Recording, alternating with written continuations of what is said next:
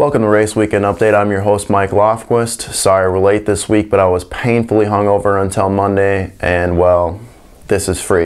Kurt Busch wound up in victory lane in Sunday's STP 500 at Martinsville Speedway, but not without a little Kurt Busch-style controversy. During pit stops on lap 43, Kurt and Brad Keselowski got together. Keselowski was pissed and made some strong comments about Kurt while he was out of his car waiting for his crew to make repairs. Then, after his car was fixed, he drove around like a maniac, waving his middle finger at Kurt on the racetrack, trying to rub fenders, even though he didn't have any. After the race, Kurt Busch attributed the incident to close quarters racing at Martinsville and avoided any name calling, but if you were privy to any of his radio chatter, you knew the Kurt Busch of old is still alive and well. I gotta say, if you look at the footage though, it's pretty clear three cars were trying to occupy the same piece of real estate way too early in a 500 lap race. Kurt's car eventually came to life late in the race, and he and Jimmie Johnson swapped positions multiple times in the last 28 laps. Johnson led a whopping 296 laps, but just didn't have enough to keep Busch out of victory lane. Busch's win snapped an 83 race winless streak and solidified his position at Stewart-Haas Racing. In this week's Danica Patrick update, she qualified 10th and gave a lot of people some false hope, but ended up 32nd, 6 laps down,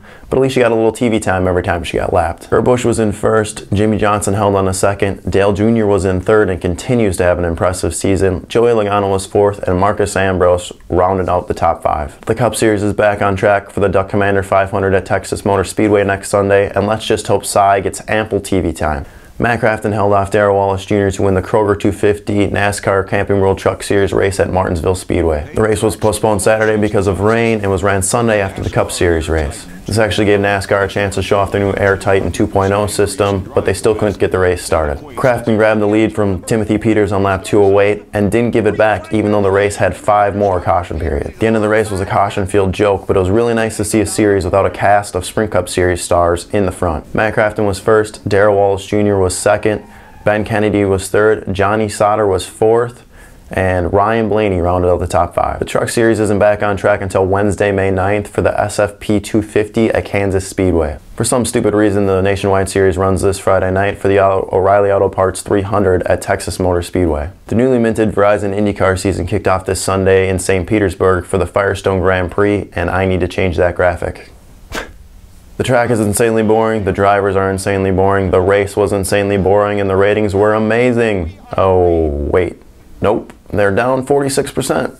Will Power dominated the event weird after he passed pole sitter Takuma Sato on lap 31 and never really looked back. He had one small hiccup when he crawled to a restart with 28 laps to go, causing an accordion behind him, taking out Marco Andretti and rookie Jack Hawksworth. This of course caused some fake controversy, but the real controversy here should be how boring this race was. If the most interesting storyline of the entire race was an accordion restart taking out a couple of cars, we may be in for a doozy of a season. Will Power was of course first, Ryan Hunter-Reay was second, Helio Castroneves was third, and our old pal Juan Pablo Montoya in his debut back in the IndyCar Series wound up a miserable 15th. The IndyCar Series is off until Sunday, April 13th when they attack the streets of Long Beach for the Toyota Grand Prix. James Stewart raced for his 50th career victory in the Monster Energy AMA Supercross at the Edwards Jones Dome in St. Louis. Stewart and reigning series champ Ryan Villopoto were beat to the whole shot by Mike Alessi, but the two of them quickly passed him. Stewart put a move on Villopoto on lap 10 and rode off into the night. Villopoto maintains a pretty sizable points lead over second place Ryan Dungey, but Dungey had a wreck on the last lap and wound up a disappointing 9th place. This moves James Stewart into 3rd place in points, just 1 point behind Dungey and 36 points behind Villopoto. James Stewart was first, Ryan Villopoto was second, and Justin Barcia finished 3rd. Monster Energy Supercross heads to Energy Stadium in Houston, Texas for the 14th stop of the 2014 season.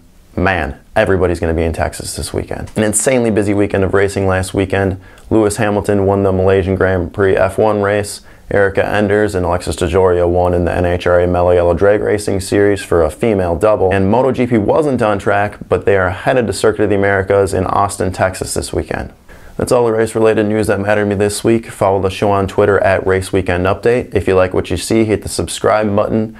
If you have any questions or suggestions, leave us a comment below. I'm Mike Lofquist for Race Weekend Update saying we'll see you at the track.